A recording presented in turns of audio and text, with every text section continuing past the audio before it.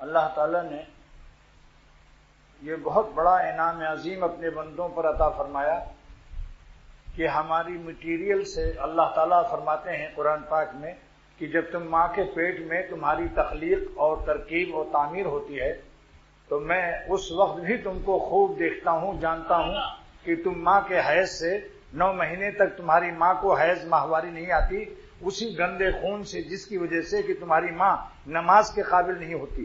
لیکن اس گندے خون سے ہم تم کو تعمیر کرتے ہیں اور باپ کے نطفے ناپاک سے، لیکن اس کے باوجود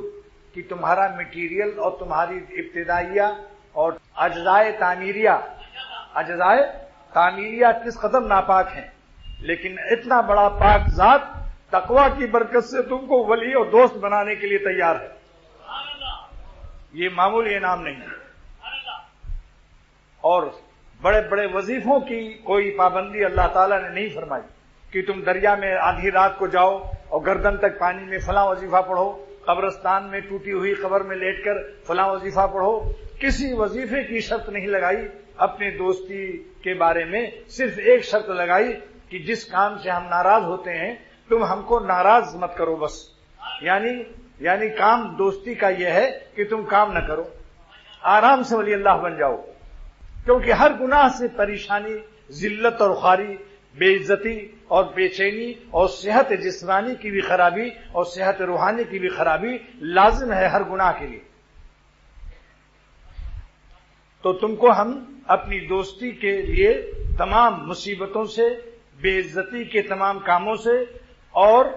صحت کی خرابی، جسمانی صحت اور روحانی صحت کی تمام خرابیوں سے نجات دیتے ہوئے ہم تمہیں اپنی دوستی کے لیے صرف ایک آسان راستہ بتاتے ہیں کہ تم کنکڑ پتھر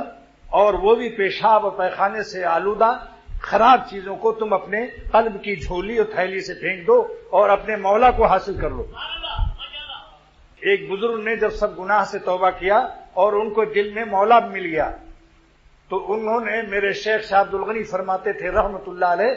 کہ یہ شعر پڑھا اور پڑھ پڑھ کے مست ہوتے تھے۔ وہ کیا شعر ہے؟ عجیب و غریب شعر ہے۔ جب اللہ ملا جس کی کوئی مثل نہیں ہے، دوستوں لیلاؤں کی تو مثل بھی ہے، جس کو اللہ ملتا ہے وہ بے مثل ذات کو اپنے دل میں رکھتا ہے، اسی لیے خود بھی بے مثل ہو جاتا ہے، لذت بے مثل سے آشنا ہو جاتا ہے اور اس کو دنیا ہی میں جنت سے افضل نعمت حاصل ہو جاتی ہے۔ وہ کیا چیز ہے؟ خالق جنت مل جاتا ہے۔ میڈ ان لندن شعر میرا سنیے لسٹر کا،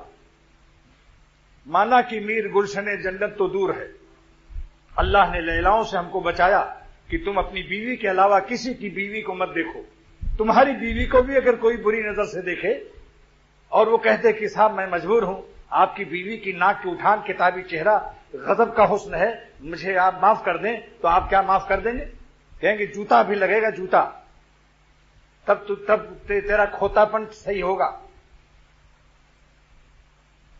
جب آپ گوارا نہیں کرتے شریف آدمی ہو کر تو آپ بھی کسی کی بیوی کو، کسی کی بیٹی کو، کسی کی بہن کو مت دیکھو۔ اگر بے غیرتی ہی پر اتر آیا وہ مستثنا، اس کو ہم نہیں کہتے۔ ذرا بھی شرافت اور ذرا بھی غیرت انسان کے اندر ہو تو وہ اس اللہ کے احکام کو خود سمجھ جائے گا کہ اللہ تعالیٰ نے جو حکم دیا تقویٰ کا وہ ہماری فطرت کے مطابق دیا ہے۔ ہم خود بھی یہی چاہتے ہیں کہ ہماری بہن کو، ہماری بیٹی کو، ہماری بیوی کو کوئی نہ دیکھے، وہی حکم اللہ نے دے دیا کہ نظر کی حفاظت کرو۔